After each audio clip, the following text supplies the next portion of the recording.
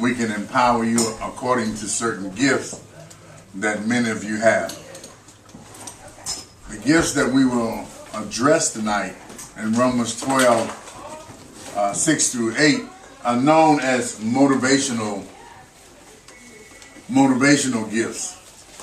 These gifts are given to us so that we can motivate each one to do the work of ministry. I think the last time we met, we talked about the gift of service. We talked about the gift of service and how important it is to involve yourself in the helping of someone else. That's a special ability when someone is equipped with that gift, because of the fact that you're not looking for any pay or any rewards or anything in return. You're doing it for the betterment of the person or persons. And we will later get into the gift of helps and show you the difference between the gift of helps and the gifts of service.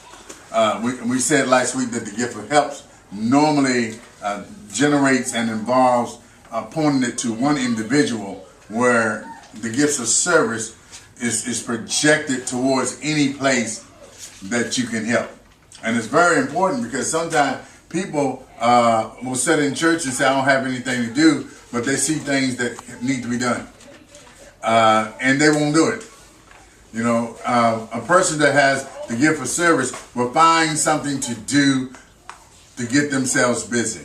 When I first went to my father-in-law's church over 30-something years ago, I didn't ask for a position. I just started doing little things that I saw that needed to be done. And they end up, at the end, being very beneficial, not only to myself, but to the church as a whole. So when you start working in the gifts of service, you're more concerned about the holisticness of what you accomplished rather than some type of accolades or applause for what you do. Tonight I'm going to skip around a little bit because I want to go back and I want to read something to you. These are motivational gifts in Romans 12 and 6. And I want to read something to you. When I read, I'm going to name some more gifts, but I'm going to change the gifts around on how I want to address it because I think it would benefit us better. Let me read from the New Living Translation, Romans 12 and 6. In His grace, God has given us different gifts for doing certain things well. I want you to remember that's very important, that God has given us certain gifts. The certain gifts that He's given us is that we do it well. Doesn't make any difference what that gift is. How are you supposed to do it? You're supposed to do it well. In other words, you're supposed to do it in a spirit of excellence. Doesn't make any difference what it is. Whatever you do, remember your name is on it. Where you work at, in your neighborhood, whatever you do, your name is attached to it. You can half do it, partially do it, or you can do it with a spirit of excellence, but it will carry you as a distinction of who you are as a person. So whatever you do, you ought to do it what? Well. You ought to do it well. You ought to do it well. Even if you're cooking in the kitchen. If you cook it, cook well. And if you know, and if it burns, don't worry about it. Just tell them that it's well done.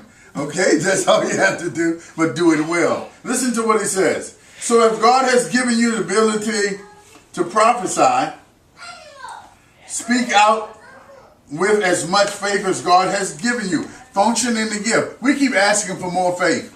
God has already given us a measure of faith for the task that He has assigned for us. The majority of the time, we want more faith so we can do what we're not doing.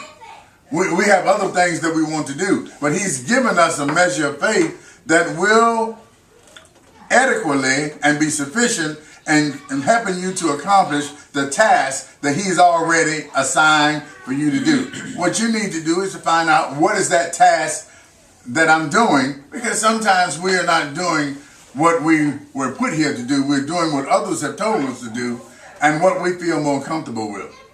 So God has given you the ability to prophesy, and you foretell and forthtell, and not everybody that give you a word is a prophet or a prophetess. Okay? Sometimes they are just in that position. They are used as the conduit or the channel to speak a word and give you words of guidance and help you. But it does not mean because that person is used that time that person has the gift of prophecy. Okay? And we have a tendency to make people pick up the gift. We have, if they stand up and tell something, we're going to start asking them, do you have a word from the Lord for me? Okay? And that's not it. That's not what it's about. Remember, when we first started this from Ephesians, we said these were gifts to the church. But these gifts that we have are for the edifying of the church, not to make any of these people who are equipped with this gift popular. Personal gain. It's not for personal gain. It's not even for them to have an exaggerated opinion of themselves. Number one, what they have to understand is that the gift, they have the gift, but the giver of the gift is in them perfecting the saints. We have a tendency to think it's us. We think it's us that's perfecting the saints, and it's not. It's the giver of the gift that is in us that uses us as tools to help perfect the saints. So you take away the giver in us, we can't do anything. You can't do anything. So they are given for the perfecting of the saints, and then when we perfect you, it's our job to train you and equip you to function in the gifts that God has given you. Okay? That's why we are into these motivational gifts right now. We're talking about that service. Now you're talking about prophecy. If you're going to prophesy and that's your gift, do it unto God and make sure it's unto God and not for your own personal way. Yes. Own personal gain. Let's see what else it says here. If your gift is serving others, serve them well. Don't just half do it. Here's what Jesus did. To prove how abased we have to be at times. At the Lord's Supper, him who is going to the cross to die for all of us takes a towel and a water basin and kneel down and wash the disciples' feet, who will deny him immediately after he is taken into custody. But yet and still to show that he will bow down, that serving make you great. It's not, since you don't start here. You know, people that want to be leaders, you got to start down here.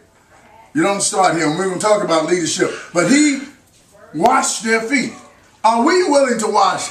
Now, that's still part of the ordinance. Some people do it New Year's Eve. Some people do it every time they have communion. They wash each other's feet. It's part of the ordinance that go along with it. Many do not do it today, but that's an abasement. That show you they're willing to do that. So if you're going to serve without complaining. If you got to complain the whole time you're doing something, defeats the purpose. Yeah, it defeats the purpose. Now, many of you took a test last week, not a test, a little quiz that you took, and you found out that some of you had enough points to score to have the gift of servitude. Then there were some who scored enough points to have potential to have the gift of servitude. And then there were some who scored such less points, God must evidently have something else for them to do. And so that's not bad. That just wasn't their thing. Okay, don't scratch them out. Don't scratch them out. That just wasn't where they fit. And see, that's the thing about it. That's not where you fit. And if you're trying to plug into somewhere where you don't fit, you never get it right, and you always have a problem. Just like teaching, and they mentioned teaching. When you teach, you can be the best teacher in the world and put you in the wrong group, and you can't function. You know, and sometimes we have a tendency to think because a person is a teacher at school that they can teach in the church.